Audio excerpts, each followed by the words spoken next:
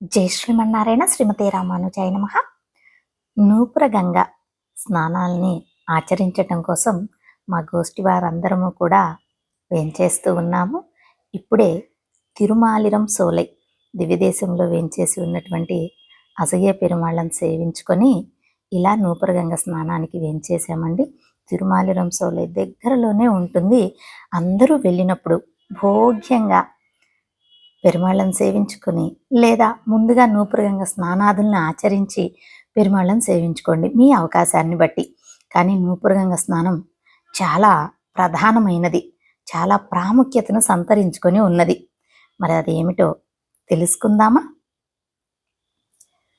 శ్రీమన్నారాయణుడు బలిచక్రవర్తి వద్ద 3 అడుగుల నేలను యాచించి ముల్లోకాలను కొలచిన సమయంలో స్వామివారి శ్రీపాదం బ్రహ్మలోకం చేరింది.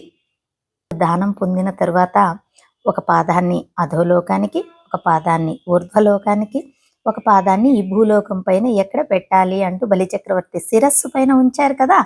అలా చాచినప్పుడు ఆ ఊర్ధ్వలోకం చాచినటువంటి పాదం బ్రహ్మలోకం దాకా చేరింది. బ్రహ్మ భక్తితో ఆ పాదాన్ని తన కమండలోదకంతో కడుగుతారు. అలా ప్రక్షాళన చేసిన సమయంలో స్వామి పాదాలకు ఉండే అందె నుండి కొంత నీరు జారి నేలపై పడింది. అలా పడిన ఆ నీరు ఒక నదిగా మారి ప్రవహించింది. అదే నూపుర గంగ. అది ఎక్కడి నుండి వస్తున్నదో ఎవ్వరికీ తెలియదు, అంతు కూడా పట్టనే లేదు. సుతవసుడికి శాప విముక్తుణ్ణి చేసింది ఈ నూపురగంగే.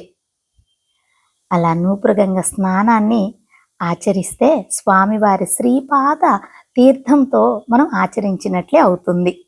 జై శ్రీమన్నారాయణ.